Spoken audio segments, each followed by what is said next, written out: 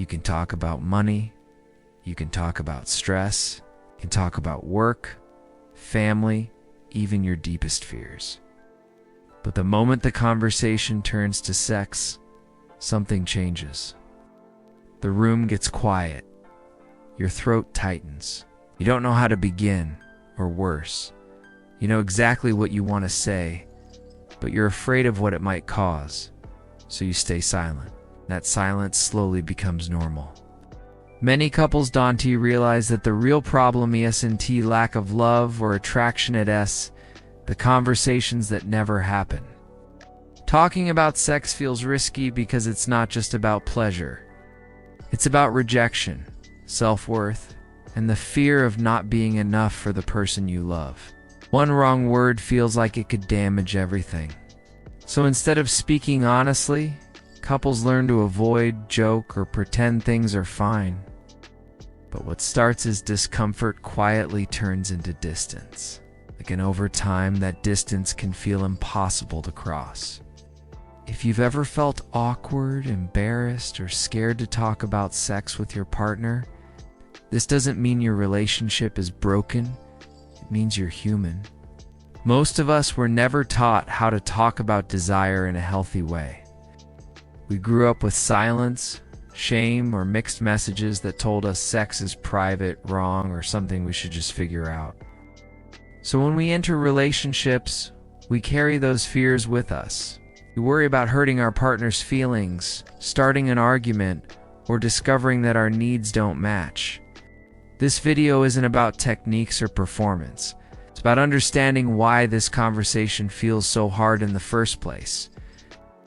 How emotional safety plays a bigger role than desire, and how silence around sex slowly erodes connection. Because when couples stop talking about sex, they don't just lose intimacy, they lose understanding, closeness, and the chance to truly be seen by each other. For most couples, the difficulty in talking about sex begins long before the relationship itself. Sex is not just an activity. It's deeply tied to identity, confidence, and emotional security. When you talk about sex, you are not simply discussing what you like or don't like, you are revealing a vulnerable, relatable part of yourself and asking your partner to handle it with care. That's why even small comments can feel huge. A simple suggestion can be heard as criticism. A request can feel like rejection. Many people silently translate sexual feedback into thoughts like, "I'm not attractive enough," or "I'm failing as a partner." Because of this, couples avoid the topic to protect themselves and each other, not realizing that avoidance slowly creates emotional distance. Another powerful reason sex feels so hard to talk about is the way we were raised. Many people grew up in families or cultures where sex was never discussed openly or only mentioned with shame, warnings, or fear. Some were taught that wanting sex too much is wrong, while others were taught that refusing sex is a problem. These conflicting messages follow us into adulthood. Even in long-term relationships, the inner voice of guilt or embarrassment can be louder than logic. You may deeply trust your partner, yet still feel uncomfortable putting certain thoughts into words. This internal conflict creates silence, not because desire is missing, but because permission to speak honestly was never given. Fear also plays a central role. Talking about sex forces couples to confront the possibility that they want different things. Many people would rather live with unspoken frustration than face the anxiety of discovering a mismatch in desire. There is a quiet fear of what honesty might uncover. What if my partner doesn't want me the same way? What if I want more or less than they do? What if this conversation changes how they see me? So couples convince themselves that silence is safer. But silence doesn't remove the problem, it simply hides it, allowing resentment, confusion, and emotional withdrawal to grow underneath the surface. Emotional disconnection makes these conversations even harder. When couples feel emotionally distant, stressed, or unresolved about past conflicts, talking about sex can feel almost impossible. Without emotional safety, sexual honesty feels dangerous. Partners may already feel unappreciated, unheard, or misunderstood. So bringing up sex feels like adding fuel to the fire. Over time, sex stops being a space of connection and becomes a source of tension or obligation. Some couples stop initiating altogether, not because desire is gone, but because rejection feels too painful to risk again. Others continue having sex but avoid talking about it, creating a gap between physical closeness and emotional truth. Many couples also fall into unhealthy communication patterns around sex without realizing it.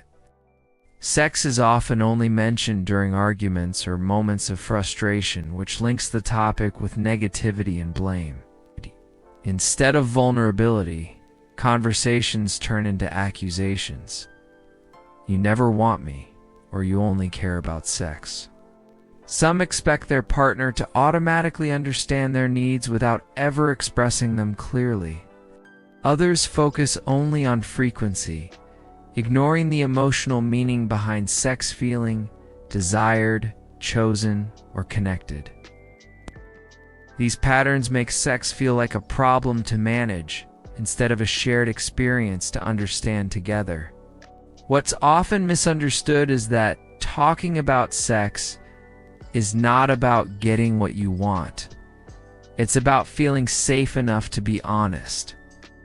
Healthy sexual communication isn't smooth or comfortable at first. It's awkward, it's messy, and it requires patience. But couples who learn to speak about sex with curiosity instead of judgment slowly rebuild trust. They begin to understand that desire changes, needs evolve, and discomfort doesn't mean failure, it means growth. When couples stop avoiding the conversation, sex becomes less about pressure and more about connection. And that shift from fear to openness is what keeps intimacy alive over time. The truth is, talking about sex isn't what damages relationships, avoiding the conversation is. Silence may feel like protection in the moment, but over time it creates distance, misunderstanding, and emotional loneliness between two people who still care deeply about each other. When couples don't talk about sex, they stop feeling truly known, and intimacy slowly fades. Not because love is gone, but because honesty never had space to exist. Every strong relationship you admire, isn't free of discomfort. It's built on the courage to have difficult conversations with respect and care.